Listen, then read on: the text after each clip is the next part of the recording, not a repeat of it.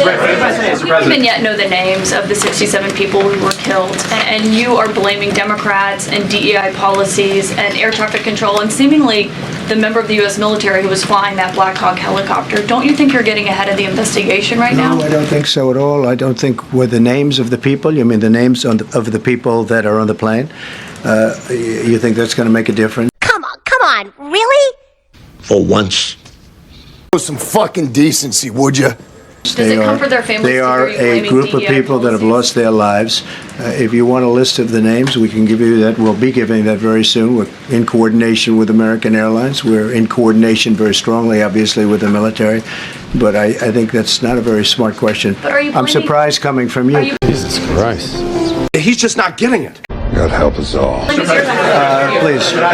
Please. Thank you, President Trump. Thank you for being here.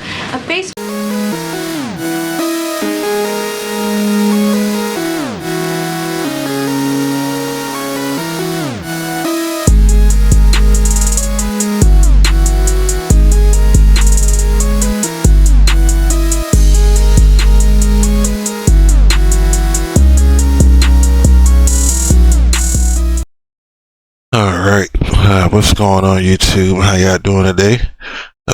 Normally I do an intro for my videos, but this is more of a serious matter. So no intro today. We're just gonna take a look and see what happened with this plane crash, because this is something that happened in my backyard, being that I live in Washington DC. The night this happened, my girlfriend was going outside, and I had just got the alert on Twitter talking about a plane crash, and then and then I seen that it was right here, and it was sad news to take in. I didn't want to make a video right away because I wanted to give it a day or two to see how. For that way we could get more information on it, and we could make sure we had all the facts while we dive in. Also, I wanted to see how the president was going to handle this situation, to see if he was able to show a little bit of empathy that he should show as a president. So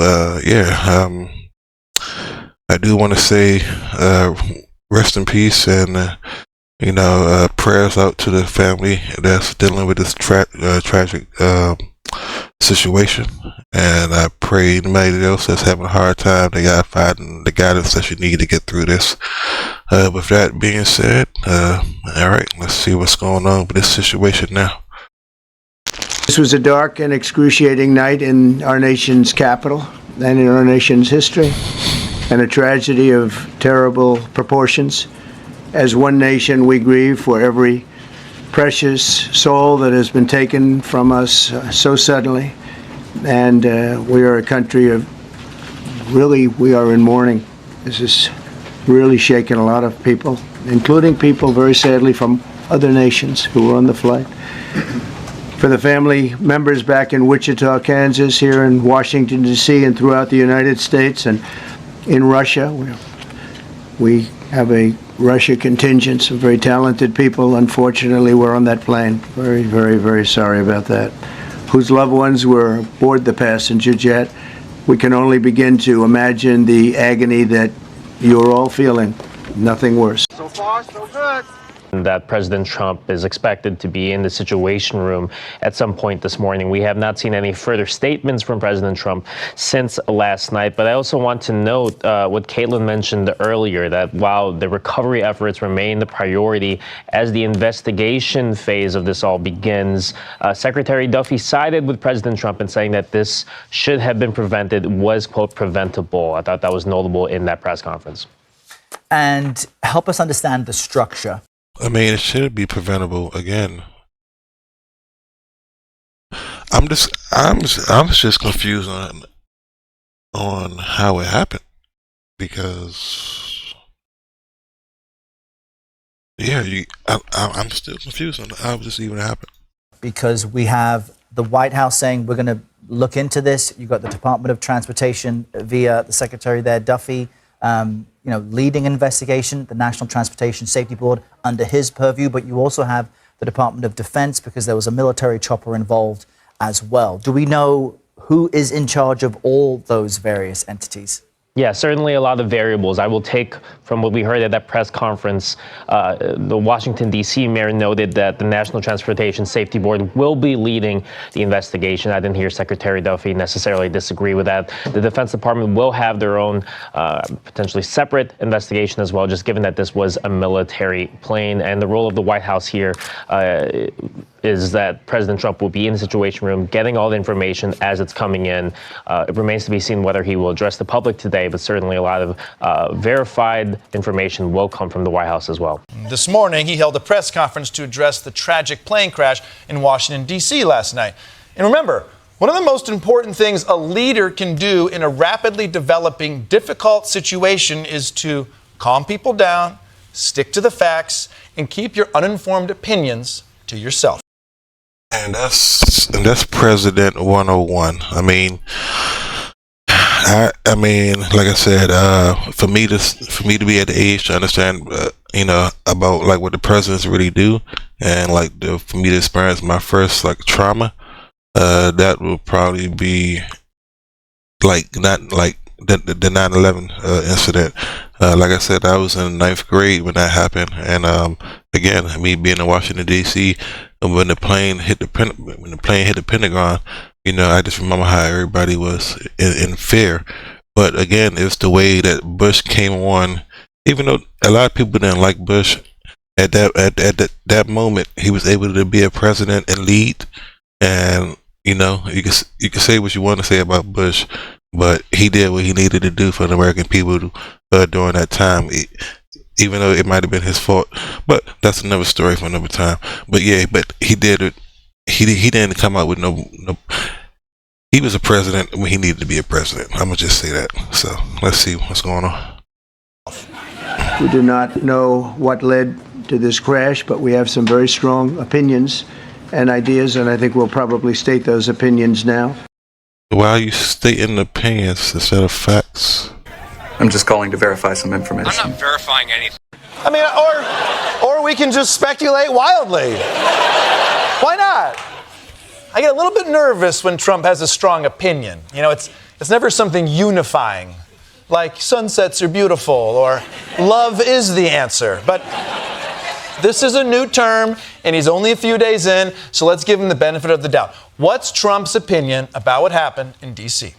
The FAA's diversity push, a big push to put diversity into the FAA's program. The agency's guidance on diversity hiring, the FAA's diversity and inclusion hiring plan. God help us. Damn you, diversity initiatives. Why are you responsible? Why would he mention that? What does diversity got to do with air traffic control? That's like, I don't think you put no DEI in no air traffic control. Like for my people that watch, if you watch Breaking Bad before, like this story just got me thinking about the episode of Breaking Bad with the teddy bear was in the water, and that's all I keep thinking about, man. It's sad, man. For every historical tragedy, the fires in Los Angeles, DEI. The bridge collapse in Baltimore, DEI. The Irish potato famine, DEI. Slavery, DEI. Did you ever notice how many minorities were at slavery? It's all DEI. Just to be clear, Mr. President, you have evidence that diversity initiatives are responsible for this tragic crash. You're not just saying this, right? Right? I'm trying to figure out how you can come to the conclusion right now that diversity had something to do with this crash. Because I have common sense. There you go. No. There you go. There you go. He has common sense. It's just a coincidence that his common sense happens to align with his long-held prejudices. So let's spin the big wheel of blame to see which minorities are responsible for this crash. Where's his sympathy at, man? Why are you trying to put blame on something? It's not even the right time. Like, why are you even trying to... Who will it be this time? Black people, lesbians, trans Armenians? The FAA is actively recruiting workers who suffer severe intellectual disabilities, psychiatric problems, and other mental and physical conditions under a diversity and inclusion hiring initiative. They include hearing, vision, missing extremities, partial paralysis, complete paralysis, epilepsy, and dwarfism.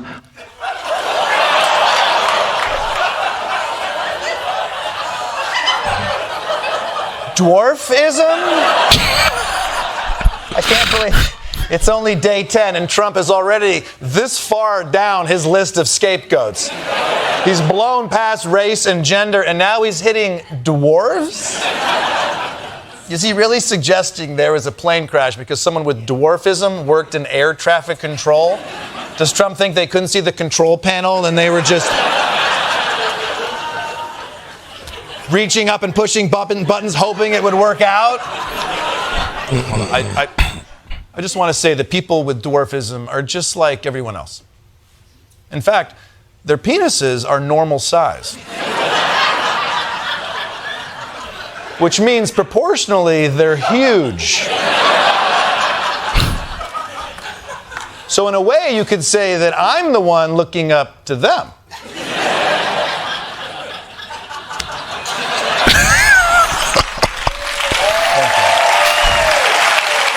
That's a thinker. That's a thinker. A lot of different layers in there. You might be thinking, well, that's progress. You know, he used to blame everything on past administrations, but don't worry, he got them in there too. We had a very good policy, and then Biden came in and he changed it, and Biden went by a standard that's the exact opposite. He do this. Okay, this is becoming a pattern now. Biden is gone, bro. It's just take control, take ownership. I mean, that's not, oh God, Jesus Christ. The FAA, which is overseen by Secretary Pete Buttigieg, a real winner. You know how badly everything's run since he's run this Department of Transportation? Obama, Biden, and the Democrats, they put politics at a level that nobody's ever seen. I changed the Obama standards from very mediocre at best to extraordinary. I'm sorry. You're blaming Obama? What the is this man talking about, man? The guy from 3 presidents ago? Forget blaming a fart on your dog. This is blaming the fart on your dog that died when you were 8.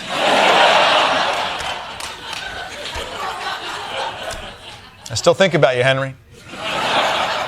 Such stinky farts you had. Look, Mr. President, I know you're scared that people might hold you responsible now that you're president, because you're the president, Mr. President. And it's time to just be a man, okay?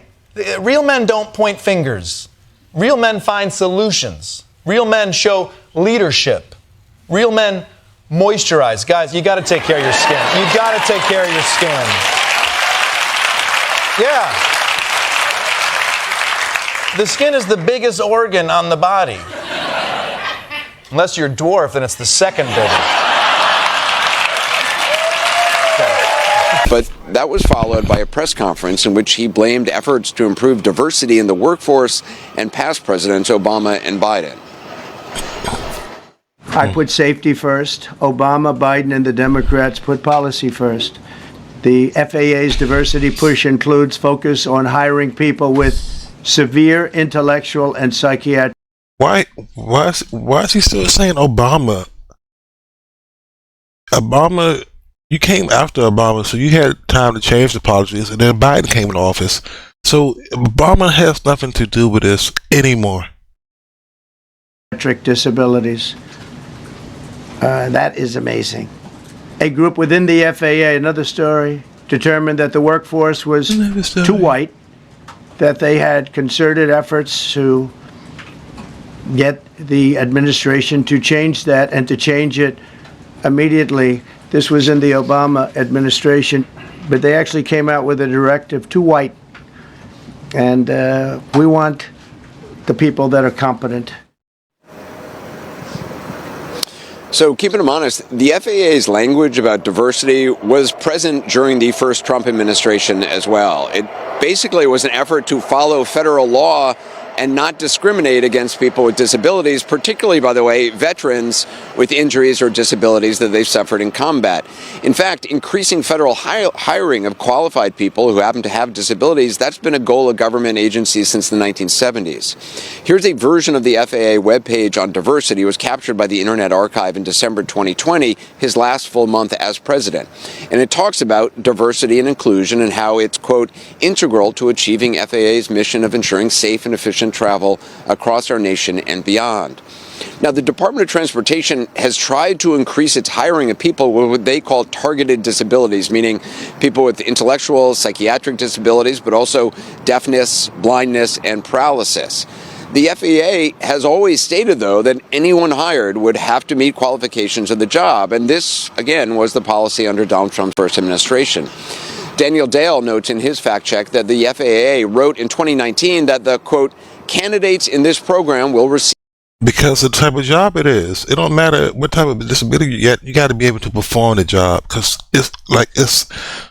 so again, this got nothing to do with no DEI, man. Need the same. And again, DEI is probably saying, like, look, you need to pull in some more applications for some more minorities that's qualified. That's all that is, bro. The same rigorous consideration in terms of. But he used it as black people, Spanish people, dumb. That's the way he used it. Aptitude, medical, and security qualifications as those individuals considered for a standard public opening for air traffic controller jobs. President Trump did later in his news conference today backpedal a bit. We don't know that necessarily it's even the controller's fault. On DEI and the claims that you've made, are you saying this crash was somehow caused and the result of diversity hiring? And what evidence have you seen to support these claims? It just could have been. The people in the helicopter should have seen where they were going. I can't imagine people with 20/20 vision not seeing, what's happening up there. And I wonder why they couldn't see everything in the back. Let me pull this other video up. 3 different things happen. First of all, they only had a crew of 3. And if you're flying a visual flight plan in a crowded airspace like this, they really should have had 2 crew chiefs in the back of the helicopter to clear each side, as the pilots only have visibility from straight ahead 12 to 3 o'clock, or 12 from 9 o'clock to 12 o'clock. So you only have visibility of the front 180 degrees. Your crew chiefs clear the back. If you only have 1 crew chief, how much can you clear? The second one is, it is, whether they were on night vision goggles at that time or not, it is a very cluttered airspace with a lot of lighting and the lights reflecting on the river. And so with that, it's easy to kind of get a little disoriented as far as the height. They were supposed to be at 200 feet, which is the helicopter routing in that area, and it wouldn't have been a conflict. But they were not at 200 feet. Obviously, reportedly, the incident happened at around 350 to 400 feet as the airliner was descending. So that they were at the wrong height. So that's a pilot error. The first would be a policy error or choice. And then the third is air traffic control said, do you have the CRJ in sight? Well, there were two aircraft in their field of view, and actually only one was really obvious to them. And that was if you watch the video, the aircraft taking off in the foreground is probably the one they were facing, the pilots were facing, and said, yeah, I got it. The air traffic control should have said, do you have the aircraft at 5 o'clock? So they were looking at the rear. If they had done that, the Black Hawk is maneuverable. The Black Hawk could have moved out of the way quickly. They can move on a dime and make that happen. Damn, that's crazy. So, what are y'all thoughts on this? Like I said, I will dive some more into this, and if I get any more information, I will bring it back and update this video. But yeah, sad situation. Sad he's not taking ownership of it as far as like being a better leader. But yeah, for the people that did vote for Trump and the people that didn't vote for Trump, leave your comments down below. I would love to see how y'all feel about this situation. And again, my prayers go out to the families that have been affected by this tragedy. I'm Juice, and remember, you got the juice now, and I'll catch you guys next time.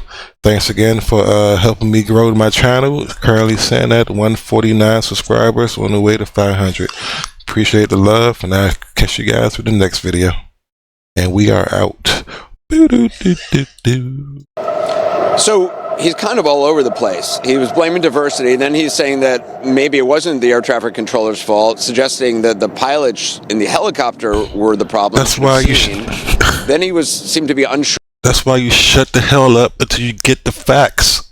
Like, now you look dumb as a president, man. I mean, it's like, Jesus Christ, I was trying to give you a chance, like, you know, but fuck, if you don't know the answer, just read the script. Like, come on, man, you're a TV personnel. Read the cue cards, bro. Sure of his accusations about diversity hiring. At a signing ceremony later in the day, he said this.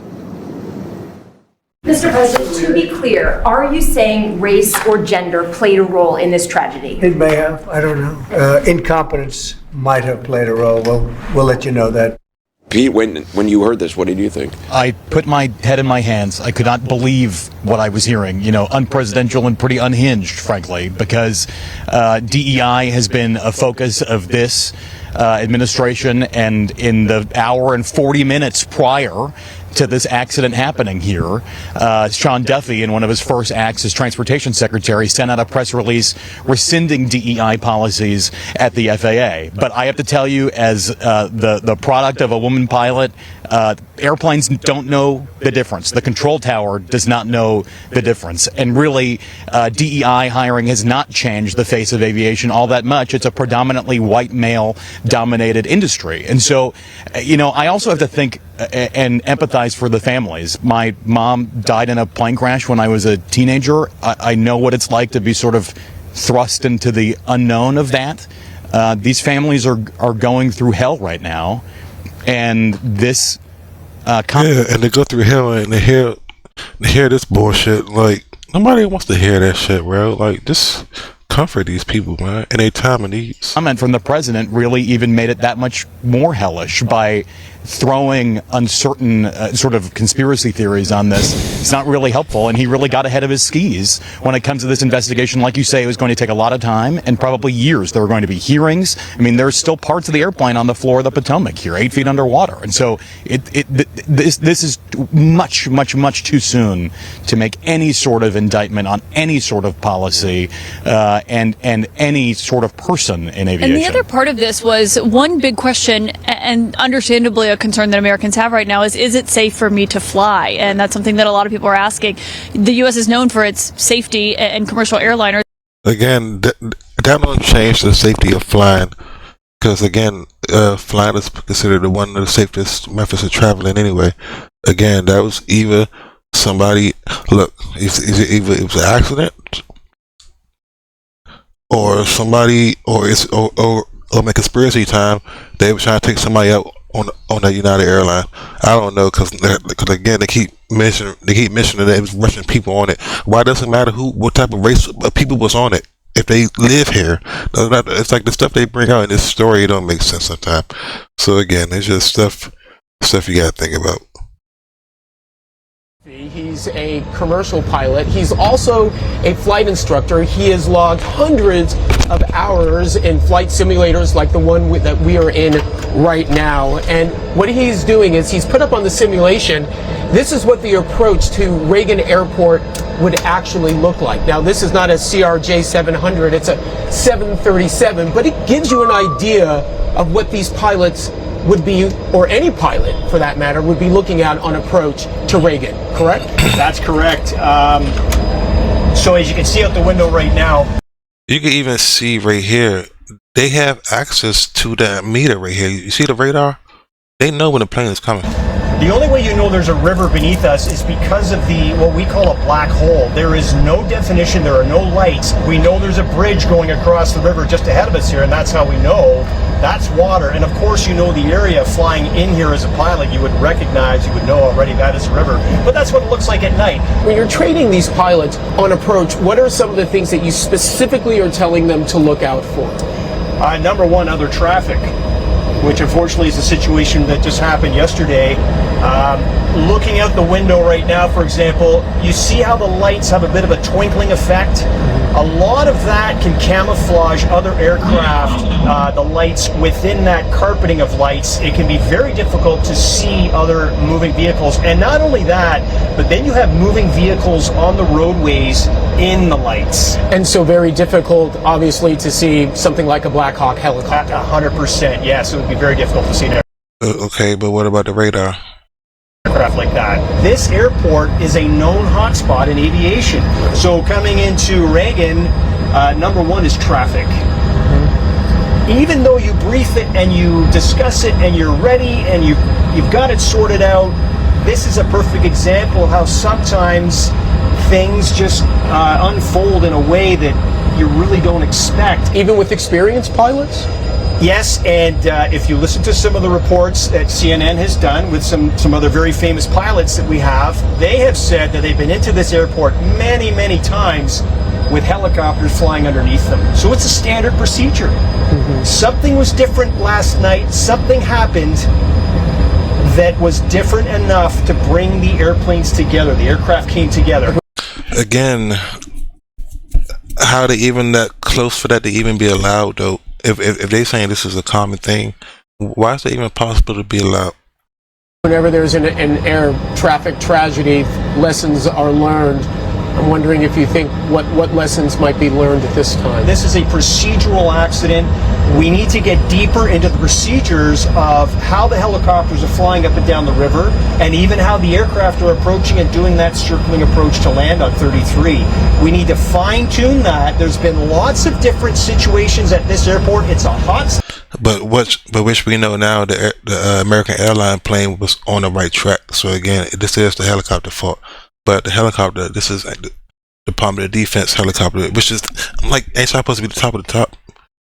That's why it's confusing and weird and sad at the same time. Spot in the aviation community because of all the traffic. Many pilots know this already, and that's why you have specialized training to fly into that airport.